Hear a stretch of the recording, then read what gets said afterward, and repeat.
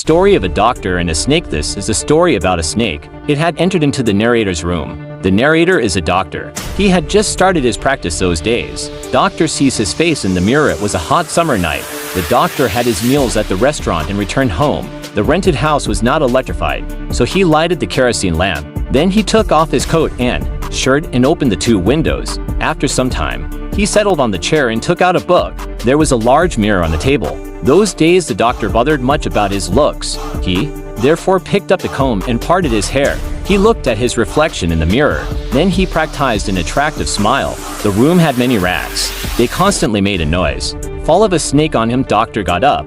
He lit a beady. He paced up and down the room. The thought of his marriage came to him. He thought of marrying a wealthy doctor. His wife had to be fat, so she won't catch him if he ran away.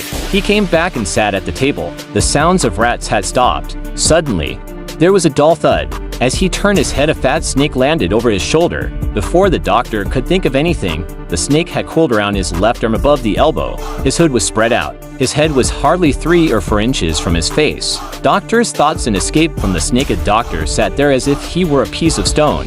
He thought of only one help, the help from God. It seemed God appreciated that. The snake turned its head and looked into the mirror. The snake, then, unwound itself from the doctor's arm. He fell into his lap. From there it crept in the table. Then it moved towards the mirror. Apparently, it wanted to see its reflection more closely.